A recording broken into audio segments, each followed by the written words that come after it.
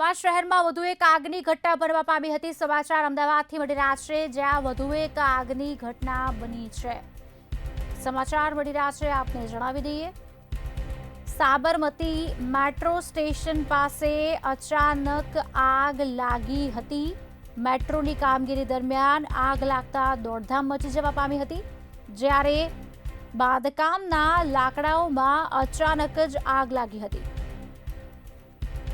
14 fire fighter અને અધિકારીઓ ઘટના સ્થળે પહોંચ્યા। શહેરમાં વધુ એક આગની ઘટના આપને જણાવી દઈએ।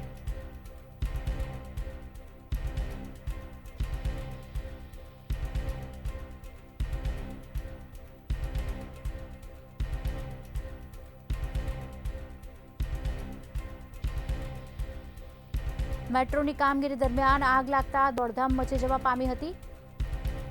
બાંધકામના લાકડાઓમાં અચાનક જ આગ ભભૂકી ઉઠી હતી। જો કે 14 ફાયર ફાઇટર અને અધિકારીઓ ઘટના સ્થળે પહોંચ્યા હતા અને સમીક્ષા કરી હતી। શહેરમાં વધુ એક આગની ઘટના બનવા પામી હતી। સાબરમતી મેટ્રો સ્ટેશન પાસે અચાનક આગ લાગી હતી। મેટ્રોની કામગીરી દરમિયાન આગ લાગતા જ દોડધામ મચી ગઈ હતી। બાંધકામના લાકડાઓમાં અચાનક આગ લાગી હતી।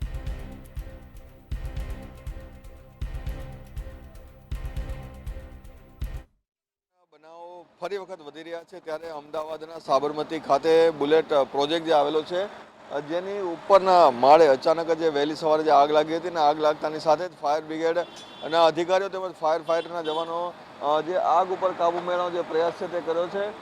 જે આગ જે છે તે ઉપરના માળે લાગી હતી અને ત્યાં જે કન્સ્ટ્રક્શન કામ જે છે તે બુલેટનું ચાલી રહ્યું હતું। આ દરમિયાન જે આગની બનાવ બન્યો છે। ફાયર અધિકારી આપણી સાથે છે। સર, જે પ્રમાણે આગની ઘટના ઘટી છે, આગ શેમાં લાગી છે અને ક્યાં માળ ઉપર લાગી છે?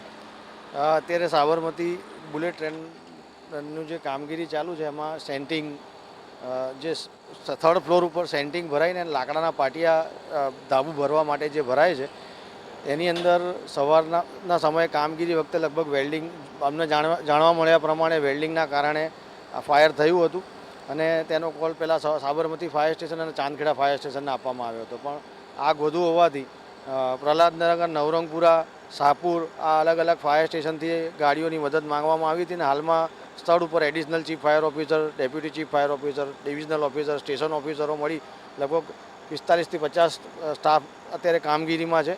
આગ અત્યારે કંટ્રોલમાં આવી ગઈ છે અને લગભગ 14 જેટલા ફાયરના વાહનો અત્યારે કામગીરી કરી રહ્યા છે।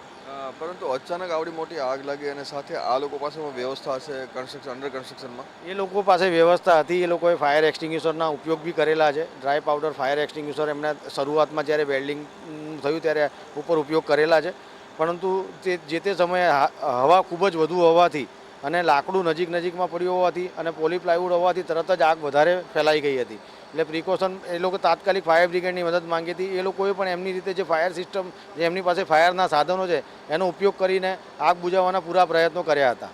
એટલે હાલ આ મામલે કોઈ જાનહાની નથી, પરંતુ એક મોટી દુર્ઘટના જે ટળી છે અને બુલેટનો જે પ્રોજેક્ટ જે છે, સ્ટેશનનું જે કામગીરી હતી, આ દરમિયાન દુર્ઘટના ઘટી અને સાથે જ આગ ઉપર અત્યારે હાલ કાબુ મેળવી લેવાયો છે।